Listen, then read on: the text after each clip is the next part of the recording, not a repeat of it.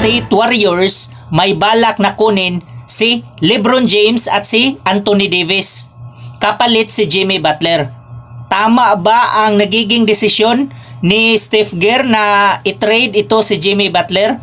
Na si Jimmy Butler ang dahilan kung bakit nakapasok sa playoffs or sa play-in ang Golden State Warriors ngayong season. Tapos ngayon iti-trade nila kapalit nitong ang isa si Anthony Davis prone sa injury at ito naman si LeBron James pabigat sa team dahil ito'y nagpapabuhat sa mga teammates. Kagaya doon sa Lakers. Maganda na palitan na lang si Steve Kerr kaysa palitan pa si Jimmy Butler. Napakaswerte na nitong Golden State Warriors na nakakuha sila ng isang Jimmy Butler na kayang bumuhat ng mga teammates at kayang buhatin ang isang team.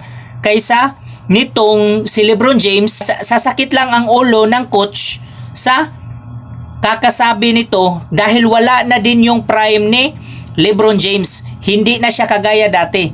Dahil sa edad na, wala na din yung mga laruan niya dati. At dati pa naman talaga na wala naman talagang gamit itong si LeBron James dahil sa Cavaliers, sino ang final MVP? Si Kyrie Irving.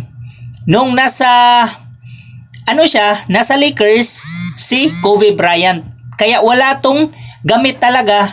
Nadala lang siya dahil siya ang pinakamatanda sa NBA. Kaya siya ang sumikat dahil siya na lang din ang naiwang player kasi yung mga kasabayan niya wala na din sa NBA.